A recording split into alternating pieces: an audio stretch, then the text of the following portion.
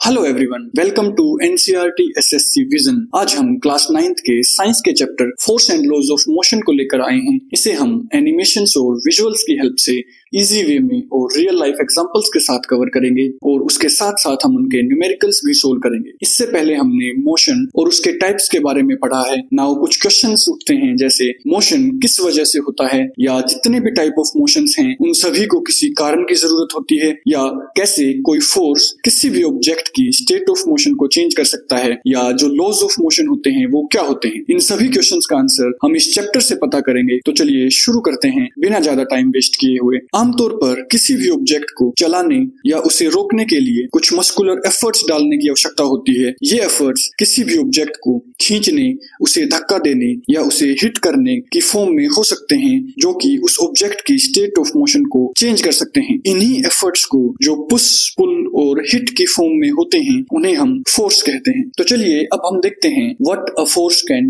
Do. First, force किसी भी रुके हुए ऑब्जेक्ट को मूव करा सकता है। एग्जांपल के लिए कोई लड़का किसी बॉक्स को धक्का देता है तो वह मूव करना स्टार्ट कर देता है। सेकंड, हम देखते हैं फोर्स किसी भी चलते हुए ऑब्जेक्ट को रोक भी सकता है। एग्जांपल के लिए जैसे चलती हुई कार पर अगर हम ब्रेक्स लगाते हैं तो हम उस पे फोर्स लगाते हैं और वो ब्रेक्स उसको रोक देते हैं। थर्ड, हम देखते हैं फोर्स किसी भी ऑब्जेक्ट की डायरेक्शन को चेंज कर सकता है। एग्जांपल के लिए अगर कोई बॉक्स एक डायरेक्शन में मूव कर रहा है और उस पे ऊपर की तरफ फोर्स लगाया जाए तो वह उस फोर्स की वजह से अपनी डायरेक्शन को चेंज कर सकता है। एक और एग्जांपल देखें तो अर्थ जो है वो सन के अराउंड सर्कुलर ट्रैक पे चक्कर लगाती है, क्योंकि अर्थ और सन के बीच में ग्रेविटेशनल फोर्स लग रहा है। नाउ ये ग्रेविटेशनल फोर्स क्या होता है इसको हम नेक्स्ट आने वाले चैप्टर्स में डिस्कस करेंगे। Last but not the least, force किसी भी ऑब्जेक्ट की शेप और साइज को भी चेंज कर सकता है। एग्जांपल के लिए हम किसी भी रबर बॉल को अपने दोनों हाथों से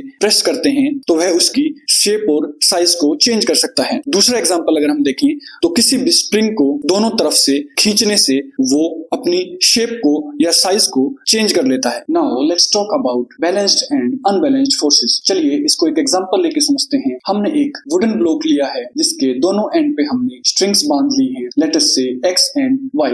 जब लेफ्ट साइड की स्ट्रिंग एक्स पर खींचकर फोर्स लगाएंगे तो ब्लॉक लेफ्ट की तरफ मूव करेगा, और जब राइट साइड की स्ट्रिंग वाई पर खींचकर फोर्स लगाएंगे तो ब्लॉक राइट साइड की तरफ मूव करेगा। यदि हम एक्स और वाई दोनों पर एक साथ फोर्स लगाएं, एग्जांपल के लिए एक्स पर F1 फोर्स लगाया जाए और वाई पर F2 फोर्स लगाया जाए, और यदि दोनों फोर्सेस F1 और F2 बराबर हैं, मतलब दोनों तरफ इक्वली फोर्स लगाया जा रहा है, तो ब्लॉक कहीं पर भी मूव नहीं करेगा। इस केस में F1 और F2 दोनों आपस में एक दूसरे को बैलेंस कर देंगे। So these types of forces are balanced forces. Now going to unbalanced forces. अगर F1 is greater than F2 है तो नेट फोर्स लेफ्ट की तरफ आएगा और ब्लॉक लेफ्ट की तरफ मूव करेगा। यदि F2 is greater than F1 है तो नेट फोर्स राइट की तरफ आएगा और ब्लॉक राइट की तरफ मूव करेगा। इन बोथ द केसेस यहाँ पर एक फोर्स दूसरे फोर्स को बैलेंस नहीं कर पा रहा, एक फोर्स दूसरे फोर्स से ज्यादा है, तो ऑब्जेक्ट के अंदर मोशन आएगा। These types of forces are unbalanced forces. Now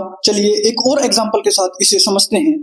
हमने एक बॉक्स लिया है जिसे एक सरफेस पे हमने रखा है। यदि कोई छोटा बच्चा उस पर फोर्स लगाएगा तो कम लगेगा और फ्रिक्शन की वजह से वो मूव नहीं करेगा। चलिए पहले समझते हैं फ्रिक्शन क्या होता है। फ्रिक्शन किन्हीं भी दो ऑब्जेक्ट के सरफेसेस के कांटेक्ट में आने से लगता है। जब दो ऑब्जेक्ट के सरफेसेस की इरेगुलरिटीज एक दूसरे के अंदर फंस जाती हैं तब फ्रिक्शन फोर्स लगता है।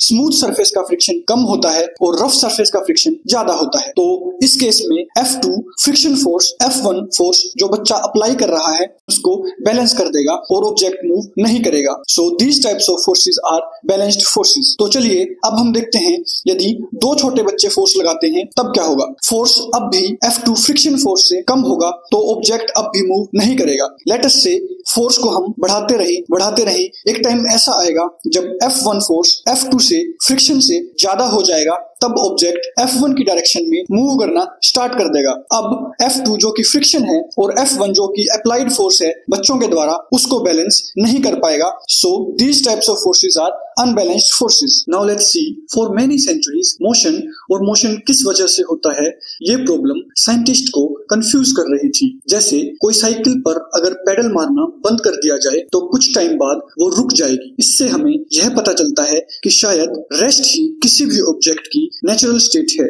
फिर गैलीलियो गैलीली और आइजैक न्यूटन, दो साइंटिस्ट आए जिन्होंने मोशन को लेके एक बिल्कुल ही अलग थ्योरी को रिप्रेजेंट किया। तो चलिए हम इन दोनों ही साइंटिस्ट की थ्योरी को एक एक करके पढ़ते हैं। तो पहले हम बात करते हैं गैलीलियो गैलीली अप्रोच की। गैलीलियो गैलीली एक इटालियन साइंटिस्ट थे जिनका जन्म 15 फेब 1564 में पीसा एक जगह है इटली के अंदर, वहां पे हुआ था। नाउ गैलीलियो ने किसी भी ऑब्जेक्ट के इंक्लाइन प्लेन पर मोशन को ऑब्जर्व किया और ये बताया कि अगर कोई एक्सटर्नल फोर्स ना लगे तो ऑब्जेक्ट कांस्टेंट स्पीड से चलता रहेगा। चलिए इनकी थ्योरी को और अच्छे से समझते हैं। गैलीलियो ने एक मार्बल फ्लोर जिसका फ्रिक्शन बहुत कम था उससे एक इंक्लाइन प्लेन बनाया और उससे बॉल को रोल करवा कर देखा। उन्होंने देखा कि अलग अलग एंगल ऑफ इंक्लिनेशन होने पर भी, एग्जांपल के लिए first incline plane, second incline plane and third incline plane. First incline plane का एंगल सबसे कम है, देन सेकंड का, देन सबसे ज्यादा angle of inclination third incline plane का है। नाउ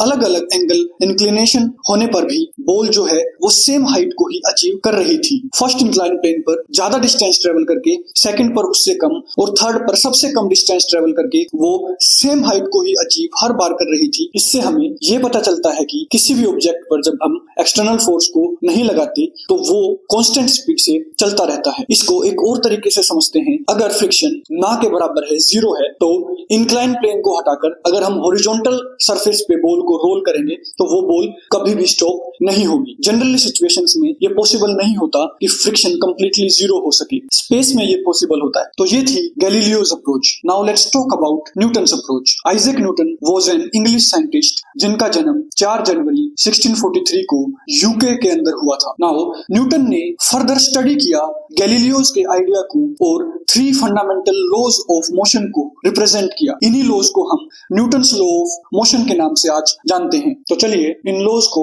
एक एक करके हम कवर करते हैं। Talking about first law of motion जो कि न्यूटन ने हमें दिया था, कोई भी ऑब्जेक्ट अपनी इनिशियल स्टेट में ही रहना चाहता है, वो उसे चेंज नहीं करना चाहता। जब तक कोई भी एक्सटर्नल फोर्स अप्लाई ना किया जाए तो ऑब्जेक्ट रेस्ट पे है तो वो रेस्ट पे ही रहेगा, और अगर वो मोशन में है तो वो कांस्टेंट स्पीड से मोशन करता रहेगा। वो किसी भी चेंज को रेजिस्ट करता है। यदि हम फिर भी उसे चेंज करते हैं या उसकी स्टेट को डिस्टर्ब करते हैं तो उस पर इनर्शिया एक्ट करता है। इसी लॉ को हम लॉ ऑफ इनर्शिया भी कहते हैं। Now let's talk about what is inertia and mass. पहले इनर्शिया को देखते हैं। चलिए एग्जांपल के साथ इसको समझते हैं। फर्स्ट एग्जांपल देखते हैं। आप सभी ने कैरम बोर्ड तो खेला ही होगा। यदि हम कैरम के स्ट्राइकर से नीचे वाले कैरम कॉइन को मारते हैं तो ऊपर वाले मूव नहीं करते, सिर्फ वही कैरम कॉइन मूव करता है जिस पे हमने स्ट्राइकर से तेज से मारा है। ऊपर वाले कॉइन एज इट इज नीचे आ जाते हैं। एक और एग्जांपल देखते हैं। हमने एक ग्लास लिया है जिसके ऊपर एक कार्डबोर्ड रखा है और उस कार्डबोर्ड के ऊपर हमने एक कॉइन रखा हुआ है। अगर हम तेज से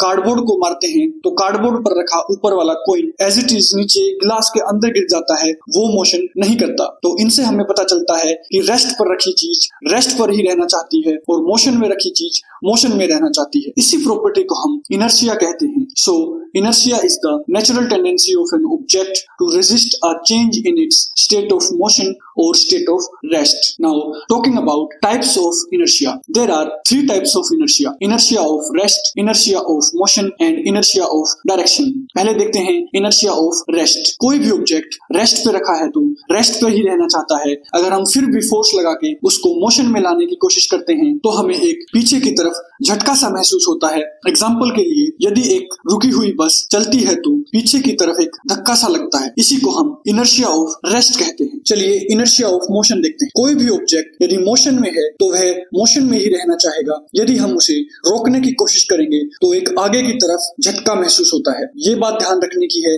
इनर्शिया ऑफ रेस्ट में हमें पीछे की तरफ एक फोर्स महसूस होता है और इनर्शिया ऑफ मोशन में हमें आगे की तरफ फोर्स महसूस होता है। एग्जाम्पल के लिए, जब कोई बस रुकती है, ब्रेक लगाती है, तो उसमें बैठे पैसेंजर आगे की तरफ एक फोर्स को महसूस करते हैं। इसलिए इनर्शिया ऑफ मोशन की वजह से ही सीट बेल्ट पहनना ड्राइविंग के दौरान बहुत इंपॉर्टेंट होता है। तो गाइज, आप भी ड्राइविंग के दौरान सीट बेल्ट जरूर पहने। Now talking about inertia of direction. यदि कोई बॉडी अपनी डायरेक्शन चेंज करती है तो उसे भी अपोजिट डायरेक्शन डायरेक्शन में एक फोर्स फील होता है। एग्जाम्पल के लिए तेज स्पीड में जब कार मुड़ती है तो वह ड्रिफ्ट करती है, और बाइकर्स जब तेज स्पीड में टर्न करते हैं तो वो बाइक को एक डायरेक्शन में बेंड कर लेते हैं ताकि वो इनर्शिया ऑफ डायरेक्शन से बच सकें। तो ये था इनर्शिया और उसके टाइप्स। नाउ हम पढ़ते हैं मास के बारे में। The mass of an object is measure of its inertia. Mass जो होता है वो इनर्शिया के डायरेक्टली प्रोपोर्शनल होता है। अगर मास को हम इंक्रीज करते हैं तो इनर्शिया भी इंक्रीज होता है, और मास को अगर हम डिक्रीज करते हैं तो इनर्शिया भी डिक्रीज करता है। आप देख सकते हैं कि किसी भी हैवियर ऑब्जेक्ट, जिस ऑब्जेक्ट का मास ज्यादा है उस पर ज्यादा इनर्शिया लगता है, या उसे मोड़ना, उसे चलाना या उसे रोकना मुश्किल होता है, उसमें हमें परेशानी होती है। Now second law of motion पर जाने से पहले let's talk about one another quantity which is momentum. चलिए इसे भी हम एग्जांपल लेके समझते हैं। एक बुलेट जिसका मास बहुत कम होता है बट वो बहुत ज्यादा वेलोसिटी से चल रही होती है, वो एक पर्सन को इजीली मार सकती है। ऐसे ही एक ट्रक जो बहुत कम वेलोसिटी से भी अगर चल रहा हो, एग्जांपल के लिए 5 मीटर पर सेकंड, क्योंकि उसका मास बहुत ज्यादा होता है, वो भी एक इंसान को आसानी से मार सकता है। इससे हमें ये पता चलता है कि जो इम्पैक्ट होता है किसी भी ऑब्जेक्ट का, वो उसके मास और वेलोसिटी दोनों चीजों पर ही डिपेंड करता है। और मोमेंटम एक ऐसी क्वांटिटी होती है जो इस मास और वेलोसिटी दोनों को ही कंबाइन करती है। Now the momentum p of an object is defined as the product of its mass and velocity. p is equal to mv, where p is momentum, m is mass and v stands for velocity। चलिए momentum के बारे में थोड़ा और जानते हैं। Momentum is vector quantity. अब vector quantity है तो मोमेंटम के पास डायरेक्शन और मैग्नीट्यूड दोनों ही होंगे, और मोमेंटम की जो डायरेक्शन होती है वो वेलोसिटी की डायरेक्शन ही होती है। Momentum is equal to mass into velocity. Now mass की जब यूनिट हम देखते हैं तो केजी होती है, एंड वेलोसिटी की देखते हैं तो मीटर पर second. Now SI unit of momentum is KG metre पर सेकंड। तो चलिए अब हम सेकंड लॉ ऑफ मोशन की बात करते हैं। फर्स्ट लॉ हमें बताता है कि अगर कोई एक्सटर्नल फोर्स लगाया जाए तो वेलोसिटी में चेंज आएगा। Now change in velocity means acceleration आएगी। नाउ ये जो एक्सेलरेशन है ये फोर्स पर कैसे डिपेंड होती है, ये हमें सेकंड लॉ ऑफ मोशन बताता है। यदि कोई भी अनबैलेंस्ड फोर्स अगर किसी बॉडी की वेलोसिटी में चेंज लाता है, अब हम ये जानते हैं कि मोमेंटम और वेलोसिटी का relation p is equal to mv है। अगर वेलोसिटी में चेंज आएगा तो मोमेंटम भी चेंज होगी। नाउ ये चेंज इन मोमेंटम उतनी ही ज्यादा होगी जितना ज्यादा हम फोर्स लगाएंगे। So the second law of motion states that the rate of change of momentum of an object is directly proportional to force applied on it in the direction of force applied। जिस direction में हम force को apply करेंगे उसी direction में change in momentum आएगा। Our next topic is mathematical representation of second law of motion। हमने एक ऑब्जेक्ट को लेट किया जिसका मास m है, जिसकी इनिशियल वेलोसिटी u है, उस पे हम t टाइम तक फोर्स लगाकर अगर एक्सेलरेशन देते हैं तो उसकी फाइनल वेलोसिटी v हो जाती है। नाउ जैसा हमने देखा the change in momentum is directly proportional to force applied. इसको हम इक्वेशन 1 बोल देते हैं। Now change in momentum is equal to p final minus p initial. p final is final momentum and p initial is initial momentum. Now final momentum is equal to mass into final velocity which is v, so final momentum is mv and initial momentum is equal to mass into initial velocity which is u, so initial momentum is mu। now m को common रखते हैं और change in momentum हो जाती है m bracket v minus u। Rate of change of momentum के लिए इसे t से हम डिवाइड करते हैं तो rate of change of momentum is equal to m bracket v minus u divided by t। Now इसको हम फर्स्ट इक्वेशन में पुट करते हैं। So F is directly proportional to m bracket v minus u upon t। हमें ये पता है कि v minus u upon t is rate of change of velocity, या हम ये भी कह सकते हैं कि it is acceleration। तो हम इसको a सब्स्टिट्यूट करते हैं इक्वेशन के अंदर। So we have F is directly proportional to m into a। Now proportionality sign को हम हटाते हैं तो एक कांस्टेंट आ जाता है which is k। So F is equal to km into acceleration which is a। Now proportionality constant k की value हम 1 रखते हैं क्योंकि जब हम 1 यूनिट ऑफ फोर्स लगाते हैं 1 kg मास पर तो 1 मीटर पर सेकंड एक्सेलरेशन आता है। Now फाइनली इक्वेशन हमारी हो जाती है F is equal to ma। Now acceleration and force की जो रिलेशन है वो हमने यहाँ पे फाइंड आउट किया है F is equal to m into a। Now देखते हैं SI यूनिट ऑफ फोर्स क्या होती है। Force is equal to mass into acceleration, mass को हम केजी में मापते हैं और एक्सेलरेशन को हम मीटर पर सेकंड स्क्वायर में नापते हैं। So force is equal to kg metre पर सेकंड स्क्वायर। नाउ इसको हम न्यूटन भी बोलते हैं। तो SI unit of force is KG metre पर second square and which is newton. Now let's see how second law often seen in everyday life. एक example देखते हैं। एक फील्डर जब एक बॉल कैच करता है तो वो अपने हाथ को बॉल के साथ नीचे लेकर आता है। अगर वो अपने हाथों को नीचे ना लाए तो बॉल एकदम से रुकेगी और उस पर फोर्स ज्यादा लगेगा, क्योंकि इस केस में चेंज इन मोमेंटम बहुत ही हाई होगी। जितना ज्यादा टाइम वो बॉल को रोकने में लगाएगा उतना ही चेंज इन मोमेंटम कम होगी और फोर्स उसे कम फील होगा। Our next topic is first law of motion from second law. तो चलिए देखते हैं कि कैसे फर्स्ट लॉ को हम एक्सप्लेन कर सकते हैं सेकंड लॉ ऑफ मोशन से। As we know F is equal to m into A is acceleration which is rate of change of velocity. हम इसको पुट कर सकते हैं v minus U upon t। Now t जो है, जो denominator में है, वो लेफ्ट हैंड साइड जाके मल्टीप्लाई हो जाएगा। सो इक्वेशन हमारी बन जाएगी F into t is equal to m v minus u। Now ft को हम इम्पल्स बोलते हैं which is equal to change in momentum. Now हम F को 0 रखते हैं क्योंकि फर्स्ट लॉ ऑफ मोशन की कंडीशन होती है F इज इक्वल टू 0। तो first case if F is equal to 0 then mv minus mu equals to 0 and mv equals to mu और v is equal to u। दोनों initial और final velocity equal है, मतलब velocity constant है। चलिए second case देखते हैं। Second case में हमारे पास F तो 0 है ही, हमें फर्स्ट लॉ ऑफ मोशन की कंडीशन एक्सटर्नल फोर्स को 0 रखना होता है। नाउ हम ऑब्जेक्ट को रेस्ट में रखते हैं तो इनिशियल वेलोसिटी u को हमें 0 रखना होता है। Now if u is equal to 0 then mv minus mu is equal to 0 where mv is equal to mu। अगर u को 0 पुट करेंगे तो mv भी 0 के इक्वल आएगा एंड v जो कि फाइनल वेलोसिटी होगी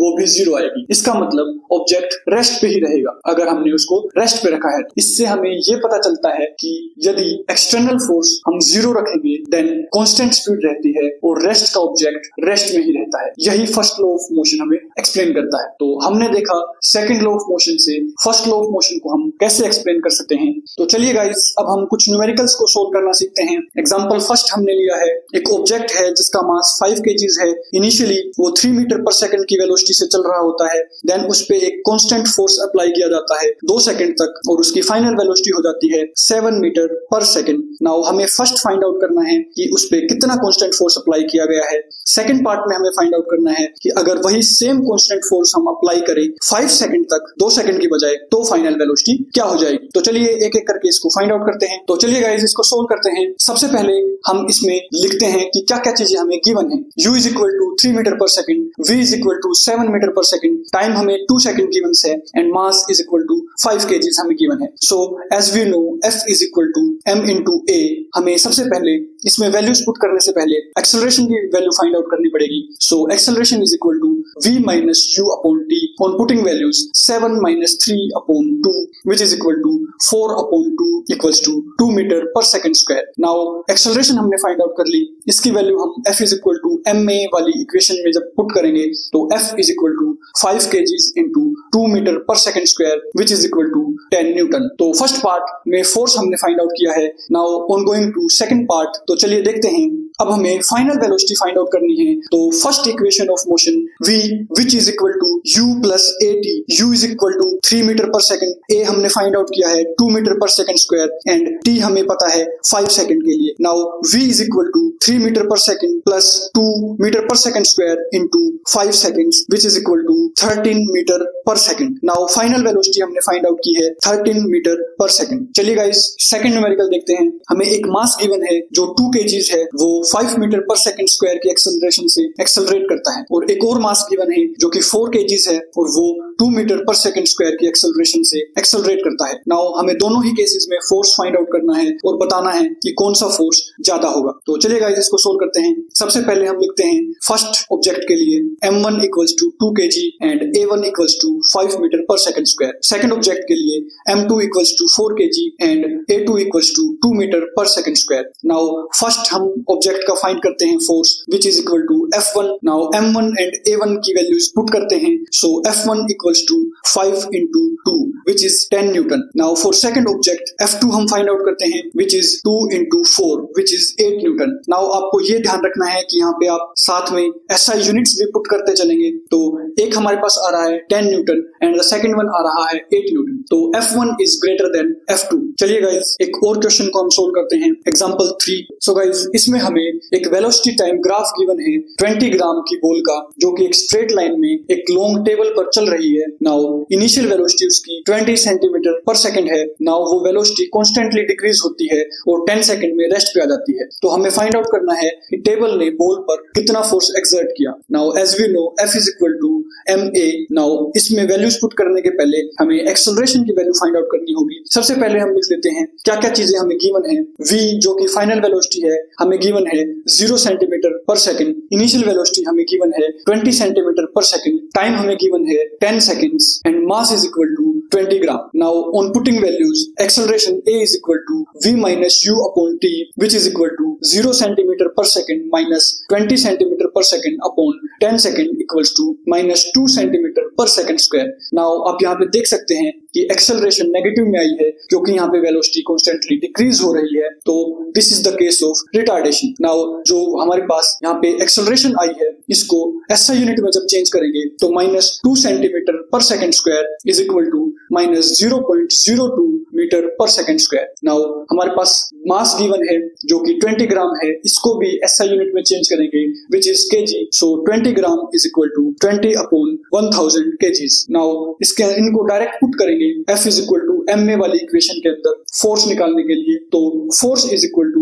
20 upon 1000 kgs into minus 0.02 metre पर second square which is equal to minus 0.0004 newton. So this is the force. Negative में क्यों है? क्योंकि फोर्स जो है वेलोसिटी को डिक्रीज कर रहा है, तो जितना फोर्स लगेगा बॉल को रोकने के लिए। Now let's move on to third law of motion. First दो लॉज जो मोशन के हैं वो हमें बताते हैं कि कैसे फोर्स मोशन को चेंज करता है और हम उस फोर्स को कैसे कैलकुलेट कर सकते हैं। थर्ड लॉ ऑफ मोशन हमें बताता है कि जब भी कोई ऑब्जेक्ट किसी दूसरे ऑब्जेक्ट पर फोर्स लगाता है तो दूसरा ऑब्जेक्ट भी सेम टाइम पर उस पर वापस फोर्स लगाता है। एग्जाम्पल के लिए कोई बच्चा अगर दीवार पर फोर्स लगाता है तो दीवार भी उस पर फोर्स लगाती है, उतना ही उल्टी डायरेक्शन में। Now third law of motion states that when one object exerts a force on another object, the second object instantaneously exert a force back on the first one। Now ये दोनों ही forces जो लगा रहे हैं वो equal magnitude के but opposite direction में होते हैं, इसीलिए इन्हें एक्शन और रिएक्शन पेयर्स कहा जाता है। Now one line for third law of motion is to every action there is an equal and opposite reaction। Now let's relate this to real life examples। Now first example देखते हैं, जब कोई gun fire होती है तो उसकी bullet पर आगे की तरफ फोर्स लगता है और वह गन पर उतना ही फोर्स पीछे की तरफ लगाती है, इसलिए गन फायर करने वाले के हाथ पर बैकवर्ड डायरेक्शन में एक फोर्स फील होता है। नाउ सेकंड एग्जांपल में हम देखते हैं कि थर्ड लॉ ऑफ मोशन की हेल्प से ही हम चल पाते हैं। हम ग्राउंड पे नीचे की तरफ फोर्स लगाते हैं तो ग्राउंड भी हमें ऊपर की तरफ पुश करता है। ये ग्राउंड का लगाया गया ऊपर की तरफ फोर्स ही हमें चलने के लिए एक्सेलरेट करता है। नाउ थर्ड एग्जांपल हम देखते हैं कि रॉकेट लॉन्च का एग्जांपल। रॉकेट ग्राउंड पर फोर्स लगाता है अपना फ्यूल बर्न करके, तो ग्राउंड भी रॉकेट पे ऊपर की तरफ फोर्स लगाता है। यही एक्शन रिएक्शन पेयर्स होते हैं। इसी एक्शन रिएक्शन पेयर की वजह से ही रॉकेट ऊपर की तरफ मूव कर पाता है ग्रेविटेशनल फोर्स को भी ओवरकम करके। So these are our 3 laws of motion. Now आप न्यूमेरिकल्स को प्रैक्टिस कीजिए और अगर आप चाहते हैं कि हम और न्यूमेरिकल्स और इसके इंपॉर्टेंट क्वेश्चंस लेकर आएं तो आप कमेंट कर सकते हैं। अगर आपको हमारी वीडियोस अच्छी लगी तो आप लाइक शेयर एंड सब्सक्राइब कर सकते हैं हमारे चैनल को। चलिए गाइस, सी यू, मिलते हैं नेक्स्ट वीडियो में। Take care, bye bye.